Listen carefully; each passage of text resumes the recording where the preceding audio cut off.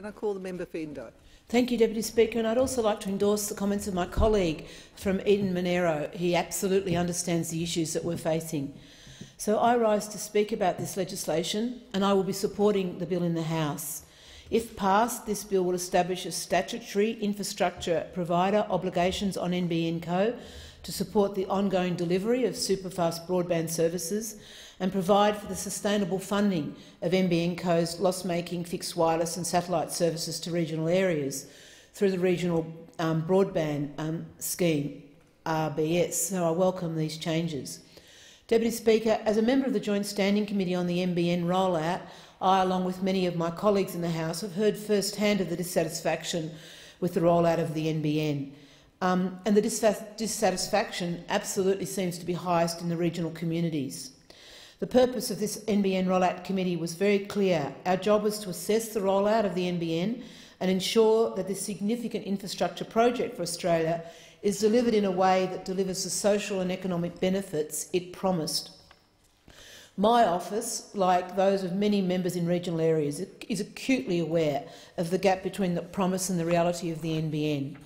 And the experience of one of my constituents from the King Valley, a wine-producing and agricultural region 300 kilometres north of Melbourne, is a clear indication of this. And I'd just like to read this into Hansard because I think it encapsulates some of the enormous frustrations that we're experiencing.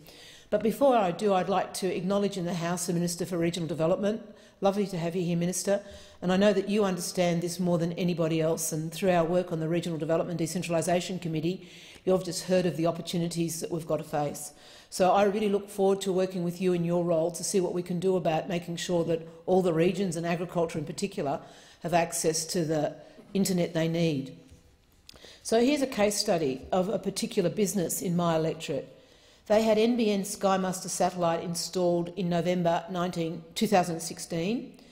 The Telecommunications Office has had a case file on complaints since mid-November 2016 with no resolution. NBN contractors visited the property on 6 separate occasions to replace satellite dishes, NTD units, cables to the houses. And each instance resulted in the technician reporting to NBN Co and Ericsson, the satellite provider, that there was no internet signal. NBN continued to close each case, and each time a technician went to the property, a new case was opened. Their ISP is IINet. They have had 2 case managers at the TIO who have expressed their frustration in dealing with NBN Co.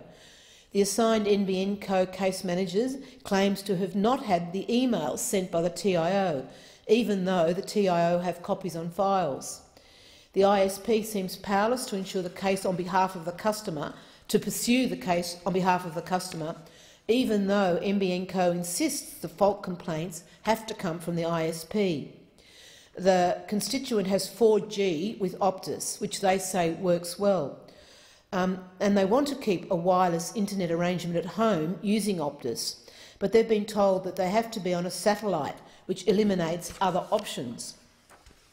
NBN claims that they can opt to retain their legacy copper services as well as, or instead of, switching to NBN, as there are no plans to switch off the existing copper networks in these areas. So that's been a hard-fought battle.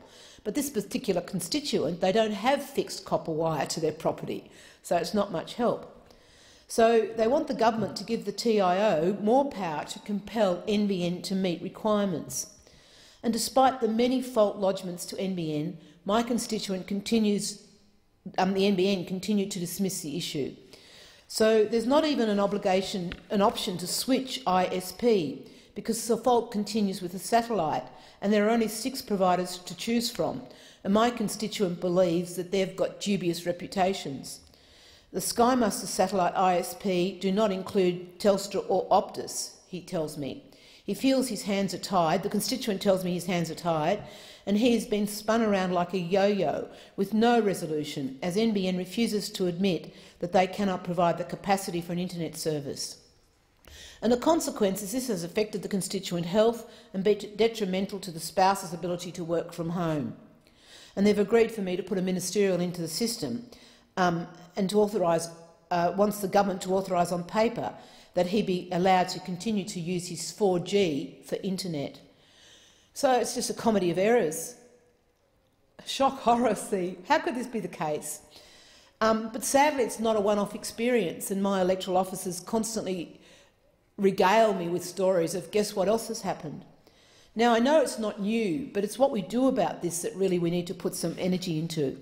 So the strong message from my community is that the NBN is not delivering as promised. Their concerns and dissatisfaction with the rollout has illustrated a lack of equity between metro and regional communities, and particularly in relation to slow speeds. And when people in my community try to address this, there's a lack of clarity of responsibilities between NBN Co and retail service providers. So ultimately they turn to the office of the Member of Parliament for help. And as part of my role on the NBN Rollout Committee, we've spent 12 months meeting with communities across Australia, talking to businesses and local and state governments and taking submissions. And in total, the committee took 191 submissions from a range of individuals and organisations. 39 of these were from my electorate of Indi. And I thank those constituents for playing an active role in this process, for engaging with me and the committee, and for building the evidence base so that the committee can make informed decisions and sound recommendations.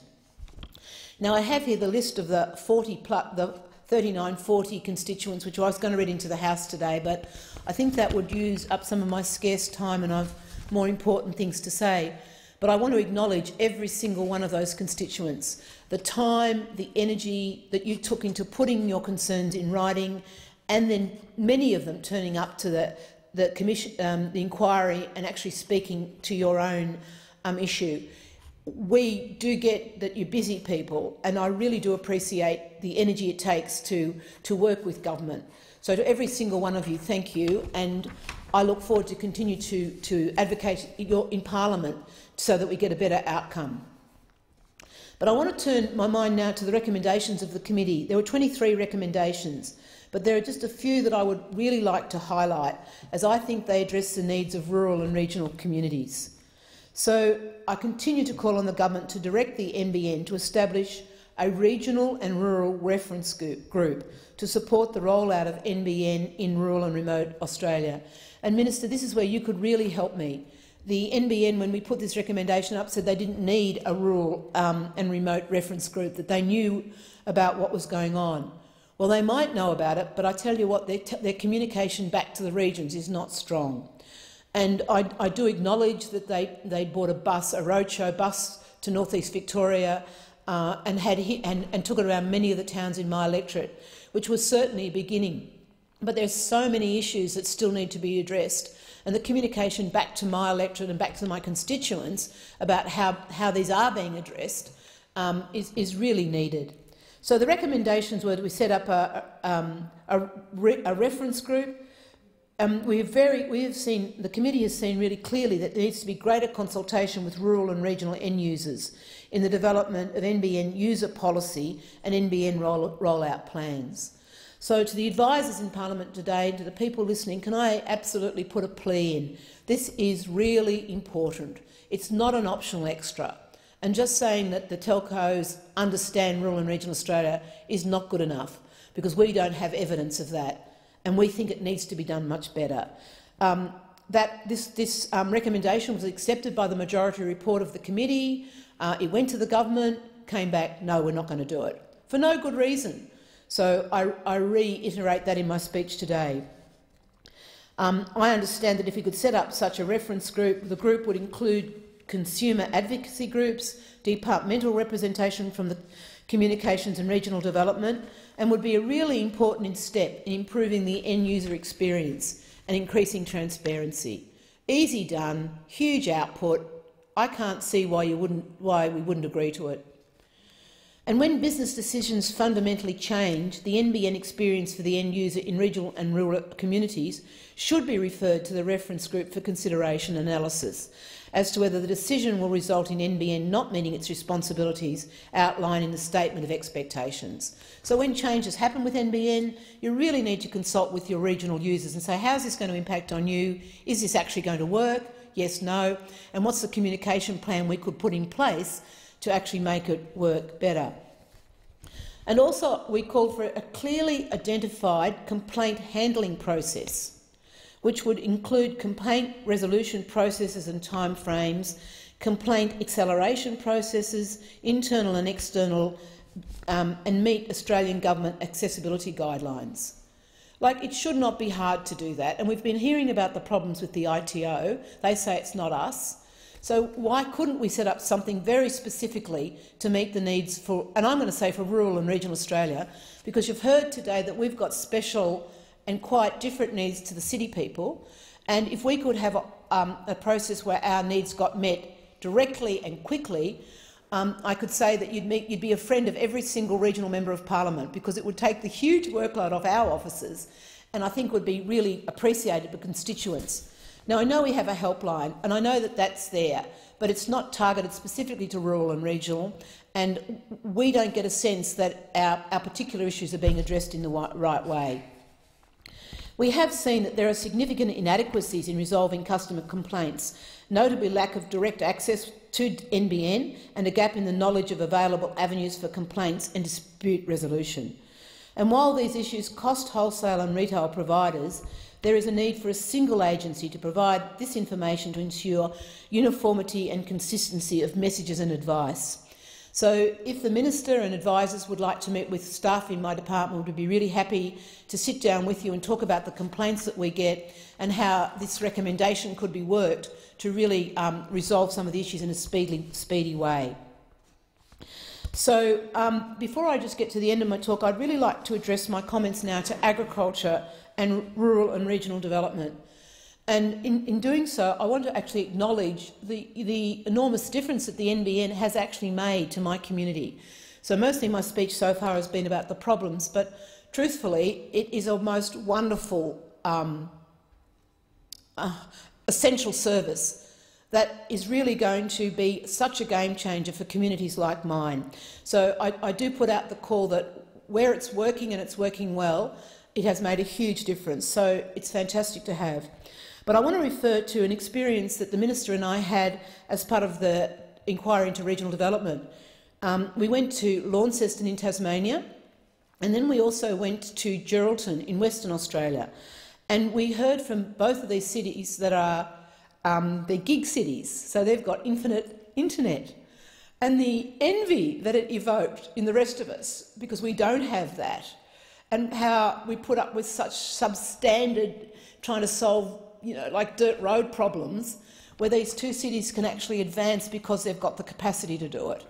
And it unleashed, I think, in all the people in our committee, the opportunity of this technology for rural and regional Australia, and how our frustration that we actually are not able to, we have to come here to Parliament and argue to get the changes made, as opposed to being on the front foot and being able to bring all our resources to work with the Department of Communications and NBN Co and the ITO and actually sort out and solve the problems because of all the benefit. And I know the cities, of course, will benefit, but just seeing what Launceston and Geraldton were able to do and the enormous optimism that those cities had because they've got such good internet. And I could just imagine if that came to my communities, we have got so much potential to produce more. 50% of the water in the Murray-Darling Basin falls in my electorate. We could do so much. We could triple our agricultural production. We could triple our manufacturing. We're on this main transport route. We could just do so much with 21st century agriculture if we could get hold of this technology. And I've had the opportunity to go to Armidale, University of New England, and see what their smart farm's doing up there with agriculture. And it is just so exciting to see the research. But at the moment we can't bring that to our electorate. I can't bring that to my farming and my manufacturing and my stock and station agents because we just don't have the capacity. And I'm here in Parliament asking for basic services rather than actually being able to say, let's work together to really do what we can. So I'll be supporting this legislation. It's a good beginning, but we've got a long way to go, and I really offer the support of myself, my officers and my communities to see if we can just get over the hump and really deliver what we know the potential of this technology is.